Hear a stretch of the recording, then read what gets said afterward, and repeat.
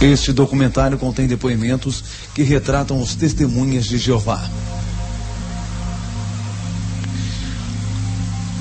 Numa distribuição Buena Vista Filmes.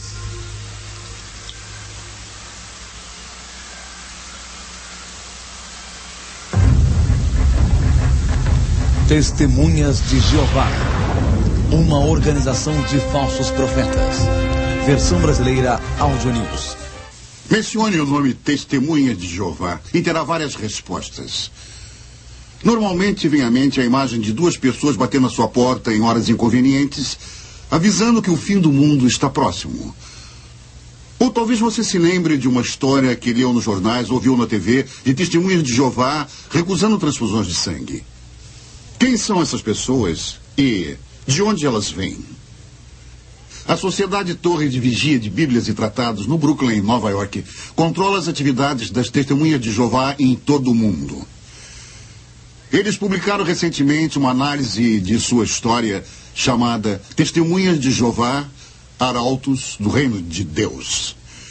No início eles dizem que, abre aspas, ninguém conhece a história moderna deles melhor do que eles mesmos, fecha aspas. Vão mais adiante e dizem que apresentarão uma história franca. Joanne Magnani, diretor da Witness Incorporation, é um reconhecido expert em testemunhas de Jeová. Tem esse comentário. Deveríamos esperar, diante das afirmações feitas pela Sociedade Sentinela na introdução desse livro, que apresentarão a verdadeira história da organização. Na página 178, eles afirmam que é preciso honestidade em tudo o que fazem. Se basearam em antigos escritos onde é dito que o próprio Jeová é o Deus da verdade. Eles prometeram uma honestidade neste livro, mas será que cumprem a promessa? Encobrindo a verdade. Dave Riccaboni é lembrado por seus serviços prestados durante muito tempo à sociedade, imprimindo a revista Sentinela. Aqui ele é visto no filme Sociedade do Novo Mundo em Ação, de 1963.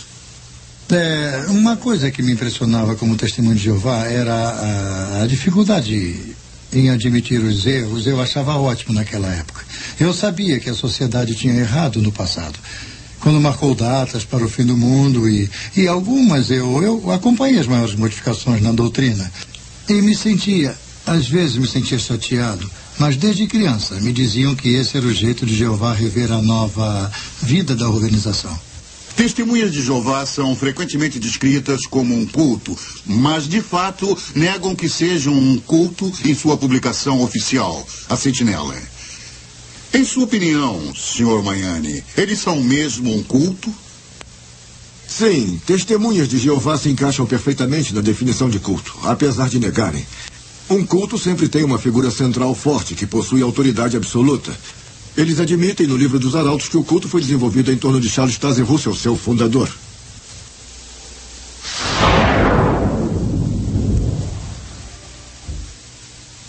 Charles Taze Russell nasceu na Pensilvânia em 1852. Desde os 11 anos, ele trabalhava na loja de roupas da família e se tornou um bem-sucedido homem de negócios. Aos 17 anos, recebeu a influência de antigos adventistas que marcavam datas para o fim. Charles Taze Russell nasceu na Pensilvânia em 1852. Desde os 11 anos, ele trabalhava na loja de roupas da família e se tornou um bem-sucedido homem de negócios. Aos 17 anos, recebeu a influência de antigos adventistas que marcavam datas para o fim. Logo depois, rompeu com eles e começou a publicar sua própria revista, conhecida como Sentinela. Cresceu rapidamente, mas seus problemas de verdade estavam em casa. Em 1916, depois de várias batalhas conjugais, Russell se divorciou de sua esposa Maria. Em vez de dividir seus bens pessoais com ela, ele transferiu todos para a Sociedade Sentinela de Bíblias e Tratados, que ele controlava totalmente. Esse livro menciona a transferência em pé de página, mas não lemos aqui o óbvio. O pastor Russell traiu a sua esposa. O livro menciona repetidas vezes que o pastor Russell não foi apontado como adúltero, mas só porque sua esposa não o acusou de adultério. Em vez disso, ela o acusou de comportamento imoral com uma jovem que morava na casa deles. Era tarde da noite, por volta de 11 horas. Ele colocou o braço em torno dela e a beijou. Isso aconteceu no vestíbulo, antes de entrarem na sala. E ele a chamou de pequena esposa. Mas ela disse, eu não sou sua esposa. E ele disse, eu vou chamá-la de filha.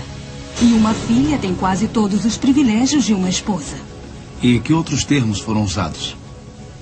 Então ele disse, sou como uma água viva, vivo flutuando aqui e ali. Toco uma e outra. E se ela retribui, eu a pego para mim. E se... Então, por que o livro diz que Maria Russell queria notoriedade para ela, quando, na verdade, a corte declarou? Ele mesmo diz que ela é uma mulher de perfeito caráter moral. O seu testemunho é uma forte confirmação das alegações dela. O julgamento descreveu o comportamento dele como tratamento cruel e bárbaro, e mais. Sua conduta para com sua mulher evidencia um egoísmo insistente e autoglorificação que necessariamente tornaria a vida de qualquer mulher sensível e cristã um fardo e faria sua condição intolerável. Eu fiquei surpresa ao descobrir muitas coisas estranhas sobre o pastor Russell quando fiz uma pesquisa independente sobre ele. Aqui, no livro Finished Mystery, ele ensina que os batismos nas igrejas, no início feitos por Paulo, enchiam de fumaça o cérebro dos homens. Ele achava que se os cachorros tivessem uma cabeça igual à cabeça humana, o cachorro pensaria como homem. Deu conselhos de saúde que eram puro lixo. Por exemplo, ensinava que a apendicite era causada por mordidas de verme no cólon. Ele vendia um trigo chamado de milagroso a um preço nada milagroso para seus seguidores. Nenhuma dessas coisas é trazida à tona nesse livro. Não fizeram um trabalho honesto ao retratar seu fundador de modo nenhum. Estamos preparados para documentar que Charles Russell acreditava que ele era o canal de comunicação entre Deus e os homens. Ele até mesmo se autodenominava a boca de Deus. Está acreditado aqui no livro Finished Mystery, escrito após sua morte. Diz que Russell é encarregado do paraíso. Tradução do Novo Mundo? A Bíblia produzida pelas Testemunhas de Jeová, chamada Tradução do Novo Mundo, causou muita controvérsia.